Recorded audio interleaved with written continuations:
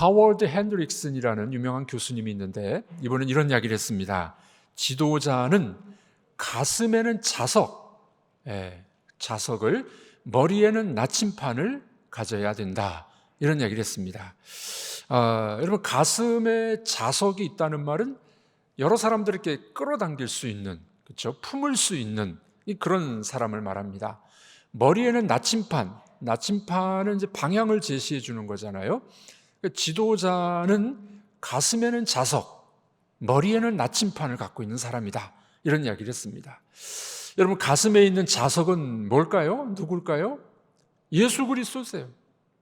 우리 가슴 속에 예수님이 있으면은 이거 예수님의 사랑과 예수님 때문에 우리가 사람을 끌어당길 수 있는 사람이 됩니다. 예수님의 사랑과 심장이 있어서 사람들을 사랑하는 사람들이 됩니다. 여러분들의 가슴에는 예수님이 있으십니까? 네, 그 우리 속에 가슴에 자석이 있어요. 자석, 예수님. 또 머리에는 나침판이 필요한데, 나침판은 뭘까요? 예수님의 말씀, 성경 말씀을 말해요. 우리 마음속에, 우리 머릿속에 성경 말씀이 가득 차 있고 말씀으로 살아가게 되면 사람들에게 방향을 제시하는 지도자가 될 수가 있습니다. 여러분, 이런 말 한 사람을 아십니까? 요즘 정치하는 사람들은 공부를 안 한다. 별로 공부를 못하는 사람들이 정치가이다. 정치가들은 표만 얻으려고 혈안돼 있다. 누구 말인지 아십니까? 2500여 년 전에 소크라테스 말이에요. 2500년 전에 소크라테스도 그런 이야기를 했어요. 여러분, 우리가 지도자가 되고 또 일꾼이 된다는 것은 가슴에는 뜨거운 가슴, 예수의 사랑, 머리에는 성경 말씀, 지식과 지혜, 그 방향을 제시해 줄 줄 아는 그런 훌륭한 지도자들이 나오면 얼마나 좋겠습니까? 이렇게 우리가 뜨거운 가슴과 방향을 제시해 줄 수 있는 그런 지도자가 되려면 뭐가 필요할까요? 강점혁명이라는 말이 있습니다. 강점이 뭐나요? 장점, 내가 잘할 수 있는 게 강점이죠. 강점을 혁명해야 된다는 그런 이야기가 있습니다. 이게 무슨 말이냐면 잘하는 것을 더 잘해야 된다. 잘하는 것은 더 발전해서 더 잘해야 된다는 거예요. 예를 들어 보겠습니다. 여러분들 자녀들이 학교에서 시험 보고 성적표를 받아왔습니다. 수학은 100점, 국어는 30점. 어느 학원을 보내겠습니까? 국어 학원을 대부분은 보낼 겁니다. 근데 강점 혁명이라는 건 잘하는 거 더 잘하게 만들어준다는 거죠. 수학 학원을 보내야 된다는 거예요. 그런데 국어 못하는 30점을 위해서 국어 학원 보내면 어떤 일이 벌어지느냐? 국어는 좀 올라가겠죠. 국어 성적은 30점 이상 50점, 60점 올라갈 거예요. 근데 잘하던 수학 100점이 70점으로 떨어질 가능성이 있다는 겁니다.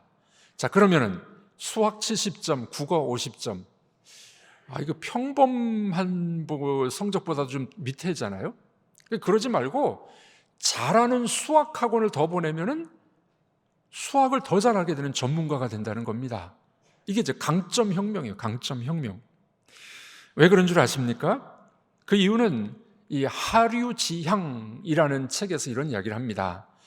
우리나라 교육은 되게 이제 보편화 교육을 많이 시키잖아요. 그래서 이 성적이 평준화되는 걸 원하는데 그 잘하는 애들은 잘하게 더 시켜야 되는데 그냥 평준화 시키려고 너무 노력을 많이 해요. 그러다 보니까 학력이 많이 떨어진다는 겁니다. 하류지향이라는 책에서는 이런 이야기를 합니다. 중국이 탁구를 세계 1등 합니다. 그렇죠? 우리나라도 따라가려면 좀 힘들어요. 탁구 1등은 중국입니다. 왜 1등을 하느냐? 그들의 훈련 방법은 이렇답니다. 잘하는 걸 더 잘하게 만들어준대요. 탁구의 공격력이 강한 선수인데 수비가 좀 약해. 그러면 수비를 보완을 시켜줘야 되겠지만 잘하는 공격을 더 잘하게 훈련을 시켜준대요. 그러면 그냥 한 방에 그냥 공격해서 이겨버리는 거죠. 그러면 수비할 이유가 없는 거죠. 그래서 중국 탁구가 그렇게 잘한다는 겁니다. 또 한 가지 사례가 있는데 타이거 우즈, 골프의 황제라 그랬죠. 이 타이거 우즈가 잘하는 게 이 멀리 쳐버리는 드라이버 샷을 잘한답니다.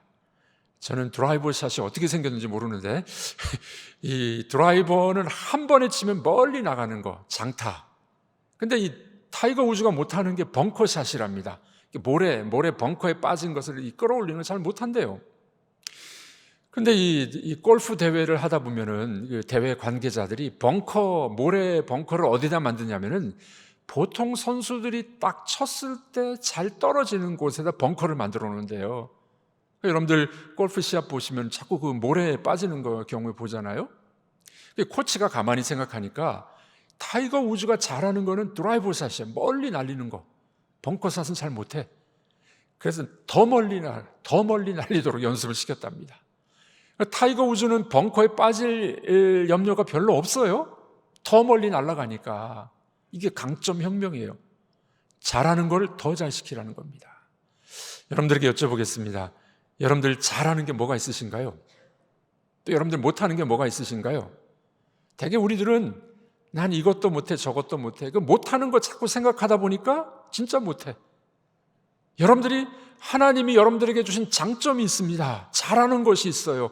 그걸 더 개발하면은 강점 혁명이 일어난다는 거예요. 네, 이런 훈련법이 있다는 겁니다. 자, 오늘 우리가 읽은 이 여리고를 정복하는 이 사건에서 하나님께서 그의 백성들에게 훈련시키는 게 있어요. 그 백성들에게 있었던 모습 뭡니까? 그들이 이미 가지고 있었던 것이 있는데 이거를 더 훈련시킵니다. 강점 훈련을 시키시는 거예요. 그게 뭘까요?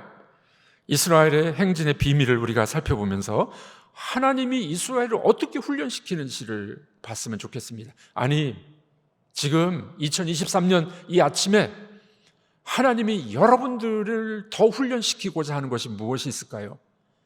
하나님이 우리를 훈련시키시면은 우리들도 기적의 역사를 써갈 수 있는 사람들이 될 줄로 믿습니다. 자, 첫 번째로 하나님이 훈련시키고자 하는 것이 무엇이 있겠습니까? 하나님의 약속을 믿는 믿음. 예, 하나님의 말씀을 믿는 믿음을 더 많이 훈련시키는 겁니다. 그럼 이 자리에 믿음이 없는 분 계신가요? 아마 믿음이 하나도 없는 분이 이 자리 예배에 제가 보니까 한 분은 있는 것 같은데 다 믿음이 있으니까 여러분 나오셨잖아요. 주 예수 그리스도를 믿고 하나님을 믿는 믿음이 있습니다. 그런데 여러분 교회 신앙생활하면 제일 많이 듣는 것이 믿음이라는 단어예요. 믿음이 없이는 하나님을 기쁘시게 할 수 없다. 믿음으로 살아가야 된다. 믿음. 우리가 가지고 있는 이 믿음을 더 훈련시키고 더 믿음이 증대되면 믿음의 사람, 역사를 일으키는 사람, 놀라운 은혜를 경험하는 사람이 되지 않겠습니까? 하나님은 지금 이스라엘 백성들에게 그 믿음을 훈련시키신 겁니다. 오늘 본문과 연관이 있는 여호수아서 6장 1절 2절에 보면은 하나님의 약속이 이렇게 주어집니다. 우리 한번 읽어보도록 하겠습니다. 이스라엘 자손들로 말미암아 여리고는 굳게 닫혔고 출입하는 자 없더라. 여호와께서 여호수아에게 이르시되 보라, 내가 여리고와 그 왕과 용사들을 내 손에 넘겨주었으니. 네, 자, 여리고를 보니까 어떻게 해요? 여리고성이 어떻다고 이야기합니까? 저를 보시면 답이 안 나오고 성경을 보시면 여리고가 어떻다고요? 굳게 닫혔다. 문이 굳게 닫혔다는 거예요. 자, 이 단어는 이스라엘 백성들이 여리고성을 봤을 때 그 심리적인 위압감, 여리고성이 굳게 닫혀 있어. 이거 어떻게 우리가 부서뜨리고 무너뜨리고 승리할 수 있을까? 심리적으로 불안한 거예요. 예, 얼마나 중압감이 있었겠습니까? 신명기 1장 28절에 보면은 그 정탐꾼들이 12명의 정탐꾼들이 와서 보고하는 내용이 있잖아요. 이렇게 보고합니다. 그 성읍들은 크고 성곽은 하늘에 닿았으며. 이제 요즘 우리말로 말하면 쫄은 거예요. 이게 와, 이렇게 큰 성읍, 문은 굳게 닫혔고 성곽은 하늘에 닿았다. 이 과장법이잖아요. 과장법. 얼마나 큰 성이냐. 신명기 3장 5절에도 이렇게 이야기합니다. 읽어보겠습니다. 그 모든 성읍에 높은 성벽으로 둘려 있고 문과 빗장이 있어 견고하며. 아, 이거 도대체 난공불락이야. 이 여리고는 우리가 무너뜨릴 수 없어. 그런 마음이 백성들에게 있지 않았겠습니까? 그럼에도 불구하고 하나님은 뭐라고 말씀하십니까? 하나님 약속의 말씀을 주시는 거예요. 여호수아와 이스라엘에게 여리고를 그 손에 붙였다. 여리고를 무너뜨리겠다는 거예요. 하나님의 약속의 말씀은 틀림이 없습니다. 하나님은 약속의 말씀, 하나님이시기 때문에 그렇죠. 흑인 교육의 선구자라는 분이 있습니다. 흑인 교육의 선구자, 부커 워싱턴이라는 분인데, 이제 노예 해방이 됐습니다. 미국의 노예 해방이 돼서 노예에서 자유함을 얻게 됐어요. 이제 나갔는데, 주인의 집에서 나갔는데 어느 날 다시 백인 주인의 집에 찾아왔습니다. 백인이 깜짝 놀란 거죠. 다들 제 갈 길로 갔는데 왜 다시 찾아왔느냐고.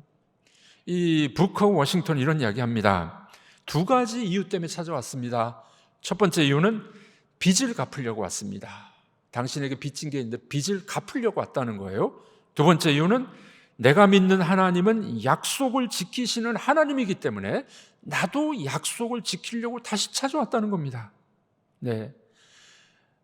이 하나님을 믿는 믿음으로 약속을 지키는 사람만이 진정한 자유를 얻는 사람입니다. 이 흑인이 그런 이야기를 한 겁니다. 당시 이 속설이 있었는데 이런 이야기를 백인들이 만들었대요. 흑인은 교육이 불가능하다. 그래서 흑인들 교육을 시키질 않았어요.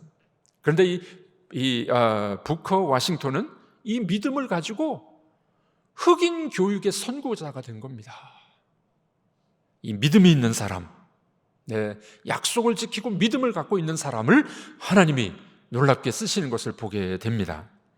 여러분, 이 믿음으로 여호수아도 그 불가능한 여리고 정복을 성공하게 됩니다. 동일하게 이 아침에 우리에게도 하나님 말씀하실 것입니다. 너에게 믿음이 있느냐?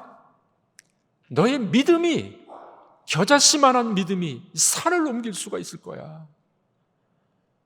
여러분들, 우리에게 그런 믿음이 있으십니까? 불가능의 벽, 난공불락의 벽, 여리고가 우리 모두에게 다 있어요. 여러분들 여기 지금 다 예쁘게 멋있게 입고 앉아 계시는데 한 사람 한 사람 물어보십시오. 염려, 걱정, 문제 없는 사람 어디 있는가? 물어보기 시작해볼까요?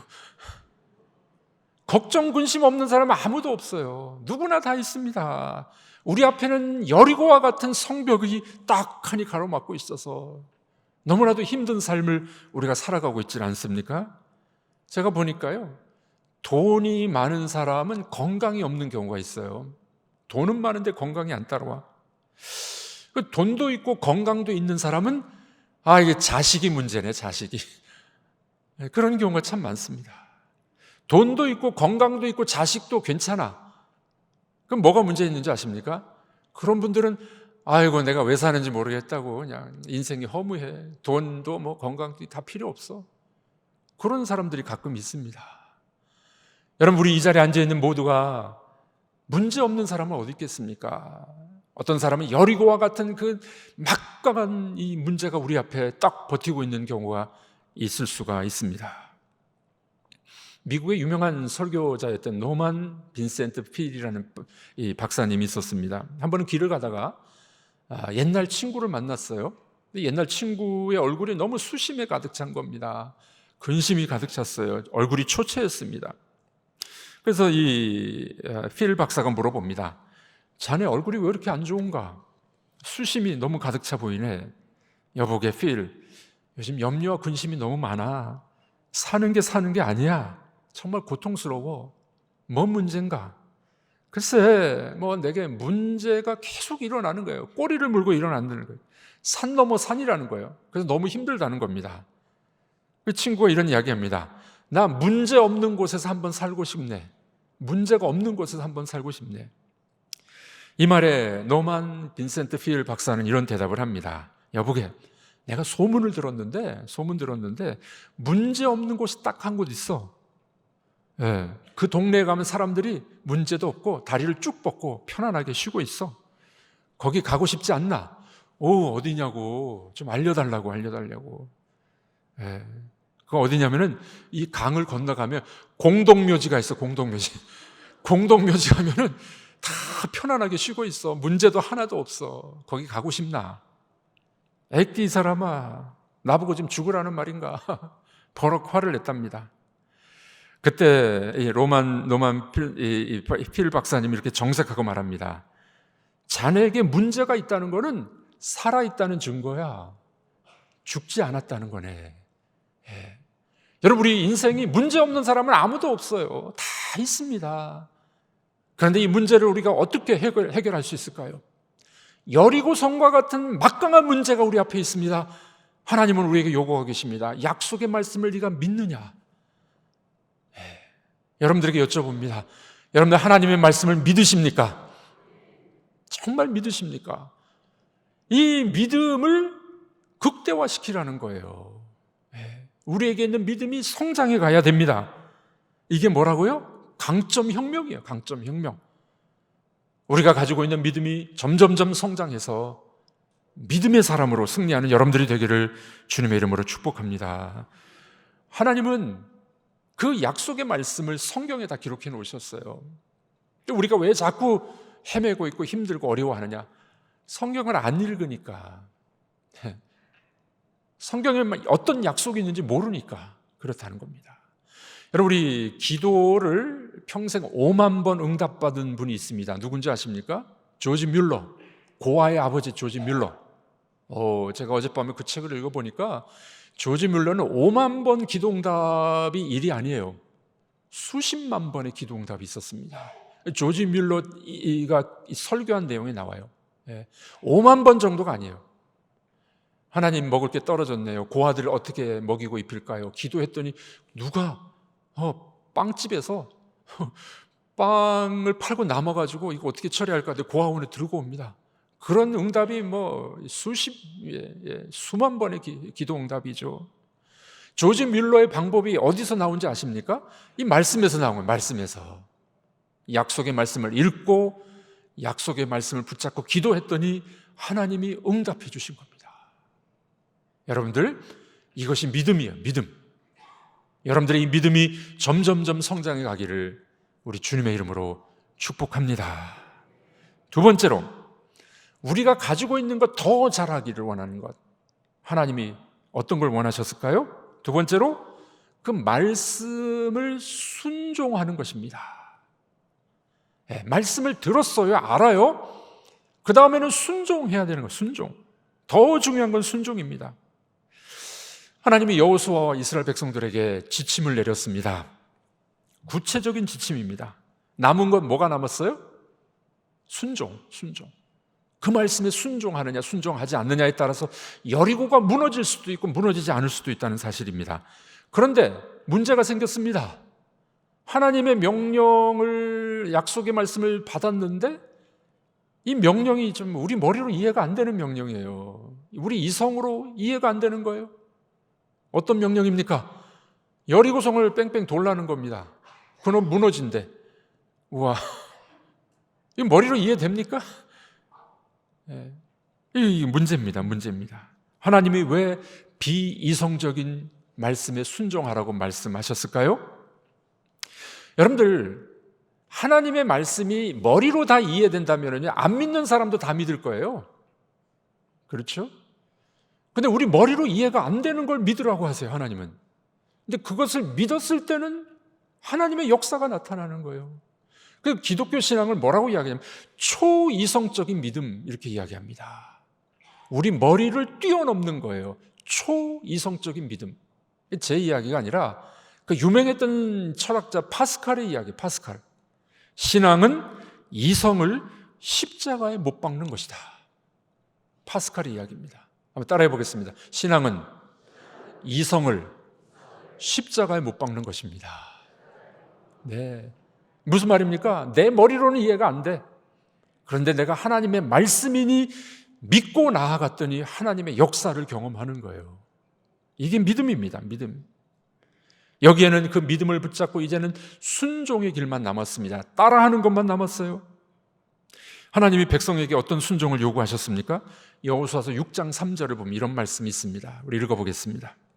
너희 모든 군사는 성을 둘러 성 주위를 매일 한 번씩 돌되 엿새 동안을 그리하라.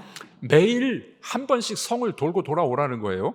그리고 제7일에는 7바퀴 돌라는 겁니다. 이 머리로 이해가 됩니까? 제가 여리고성을 가봤는데 그 막강하고 두꺼운 성이에요. 근데 다 무너져 버려가지고 이제 터만 남아 있어요. 그 막강한 여리고성이 어떻게 무너질까요? 하나님의 명령은 뭡니까?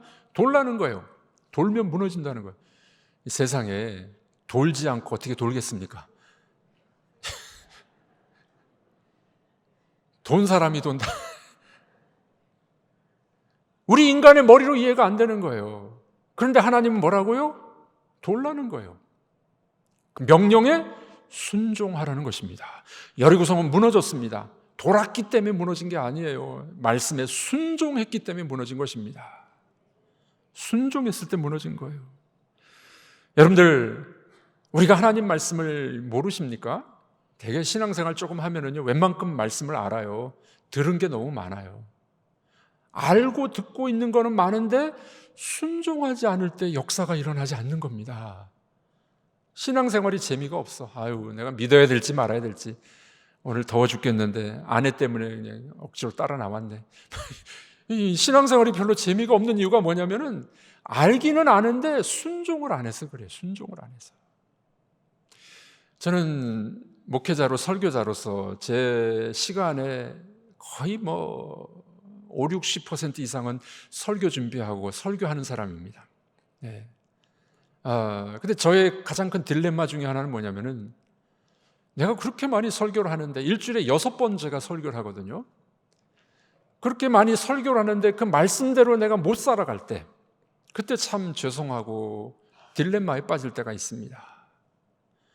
하나님의 말씀을 알고 설교를 해도 순종하지 않을 때 역사가 안 일어나는 거죠. 예전에 제 아내가 한번 저를 격려해 주더라고요. 여보, 당신은 설교한 대로 다 살지는 못하지만 살려고 노력해서 좋아요. 좀 격려가 되더라고요. 여러분들, 우리가 말씀을 얼마나 많이 알고 있습니까? 그럼 문제는 뭐예요? 순종하지 않을 때 역사가 일어나지 않는 겁니다. 하나님은 지금 그것을 백성들에게 요구하고 계시는 것입니다. 순종하는 방법 4가지가 있습니다. 제가 알려드리겠습니다. 따라서 해보십시오. 첫 번째, 힘들어도 순종합니다. 네, 힘들어도 순종해 보십시오. 두 번째, 손해가 돼도 순종합니다. 네, 손해가 돼도 순종하십시오. 아유, 내 머리로 이해가 안 돼. 손해될 것 같아. 그래도 말씀에 순종해 보십시오. 역사가 일어날 거예요. 세 번째, 억지로라도 순종하겠습니다. 네, 억지로라도 순종하겠습니다. 네, 지금 따라서 하시라고 했는데 안 따라하는 건 순종 안 하는 겁니다. 억지로라도 따라 해보세요. 억지로라도. 네 번째, 믿고 순종하겠습니다. 믿고 순종하겠습니다. 네, 이 순종은 그렇게 하는 거예요. 내 머리로 다 이해돼서 순종하는 건 누구는 못해. 안 믿는 사람들도 해요. 그거는. 하나님의 방법은 우리 머리로 이해되지 않는다 할지라도 말씀에 순종하면 그때 하나님의 능력이, 역사가 일어나게 될 줄로 믿습니다. 이 순종을 언어로 표현한 게 있어요. 그게 뭔지 아십니까? 아멘이에요. 아멘. 네. 아멘. 아멘은 말씀을 내가 믿는다는 것을 입으로 고백하는 것이 아멘입니다. 아멘. 여러분들, 우리 교회는 너무 얌전하셔가지고 아멘을 잘 속으로만 하시는데, 아멘 하는 것은 뭐라고요? 내가 믿습니다. 내가 순종하겠습니다. 네. 아멘이 필요해요. 아멘이. 어느 여자 집사님이 만성 위장병으로 너무 고생을 했답니다. 제일 큰 소원, 위장병을 고치고 밥을 마음껏 먹는 거였습니다. 근데 이 밥을 많이 먹을 때는 또 위가 쓰려가지고 아팠어요. 또 밥 먹고 나면 식곤증에 이제 잘 졸았습니다. 어느 날 부흥회가 있었습니다. 부흥사 목사님이 오셔가지고 내가 은혜 받고 병 고침 받으면 좋겠다 싶어서 이제 이 예배당 맨 앞자리에 이렇게 앉았어요. 예, 우리 집사님처럼 맨 앞자리.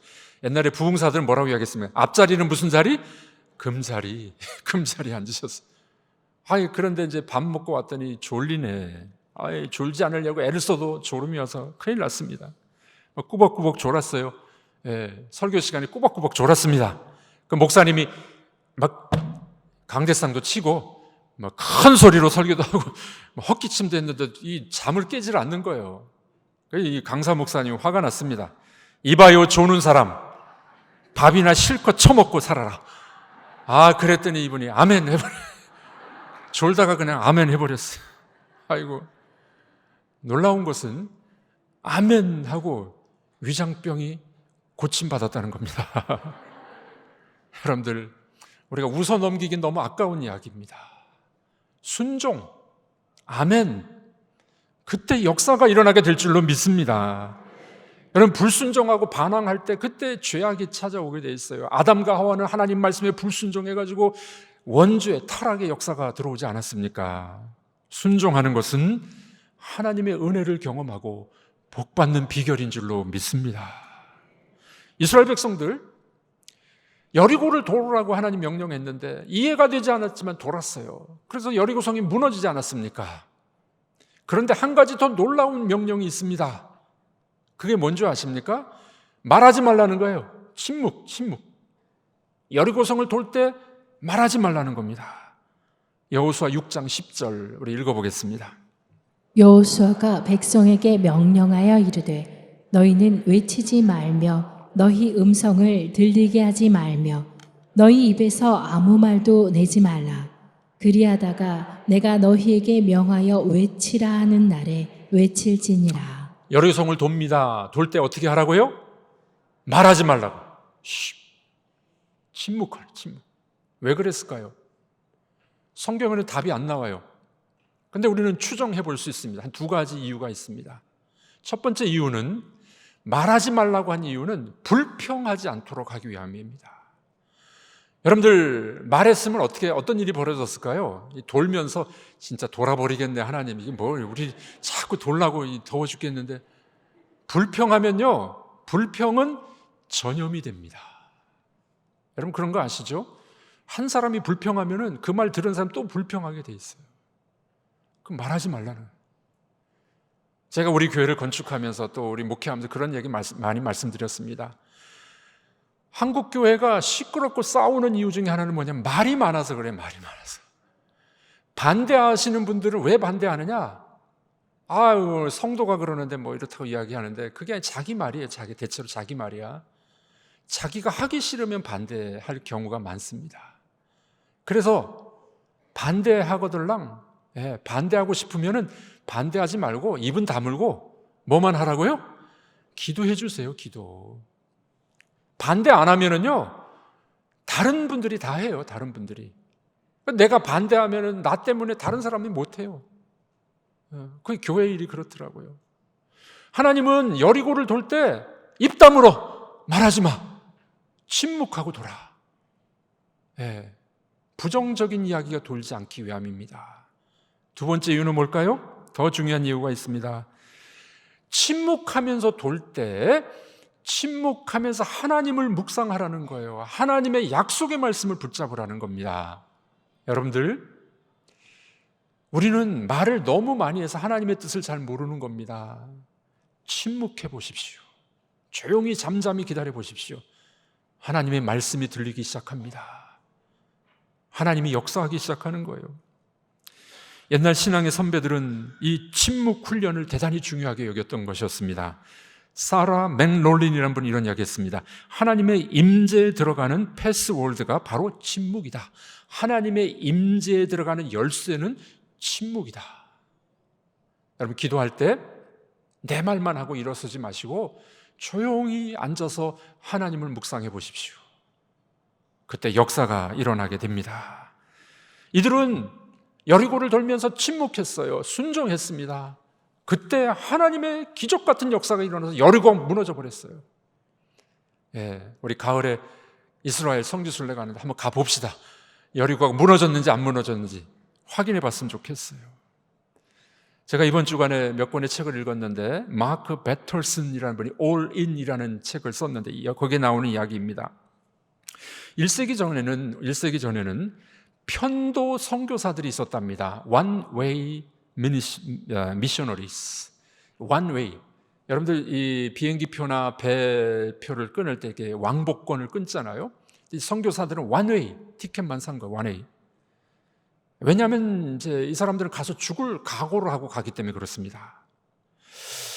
밀른이라는 선교사 이야기인데 남태평양의 뉴 헤브리디스 제도의 원주민들에게 이제 복음 전하러 갑니다. 그런데 거기 원주민들이 너무 포악해가지고 몇 명의 선교사가 가서 이미 죽었어요. 거기서. 밀른 선교사는 그 소식을 듣고 갑니다. 가는데 뭐 짐은 조금만 챙기고 한 가지 챙기고 간 게 있어요. 그건 뭐냐면은 자기가 죽을 걸 각오하고 관을 짜가지고 간 겁니다. 자기 관을. 그리고 선교지에 들어간 겁니다. 참 대단한 사람이었죠. 다행히 이 밀른 선교사는 35년 동안 거기에서 복음을 전하면서 그 땅이 이 하나님 나라가 된 거예요. 그 땅이 35년 만에 돌아가셨습니다. 세상을 떠났을 때 원주민들이 정말 사랑하고 존경하는 마음으로 마을 한가운데 묘지를 만들고 이 비석을 세웠습니다.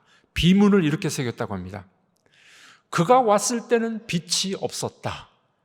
그가 떠났을 때는 어두움이 없었다. 와, 얼마나 이게 대단한 이야기입니까? 그가 왔을 때는 빛이 없었어요. 그러나 그가 떠났을 때는 어두움이 사라진 것입니다. 그 땅에 하나님의 영광과 복음이 들어가게 된 줄로 믿습니다. 이것이 바로 우리 주 예수 그리스도의 모습이 아닐까요? 예수님이 오실 때는 이 땅에 빛이 없었어요. 그러나 예수님이 이 땅을 떠나가실 때는 온 땅에 빛이 비치게 된 줄로 믿습니다. 여러분들, 밀른 선교사가 말씀에 순종하고 믿음을 가지고 순종했더니 그 땅에 어두움이 사라지는 역사가 일어나게 된 것이었습니다. 하나님이 우리에게 원하시는 것이 무엇일까요? 여러분들에게 있는 믿음, 여러분들의 순종, 그것이 극대화되기를 바랍니다. 이게 강점 혁명이에요.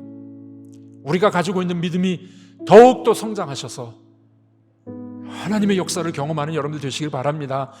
갈수록 순종의 사람들이 되셔서 하나님이 일하실 수 있도록 여러분들의 의지를 드리는 여러분들이 되시기를 바랍니다.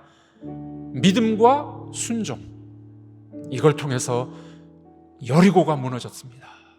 여러분들의 여리고는 무엇입니까? 여러분들의 자식, 걱정거리, 건강, 여러분들의 문제거리들, 그 여리고를 무너뜨릴 수 있는 방법은 믿음입니다.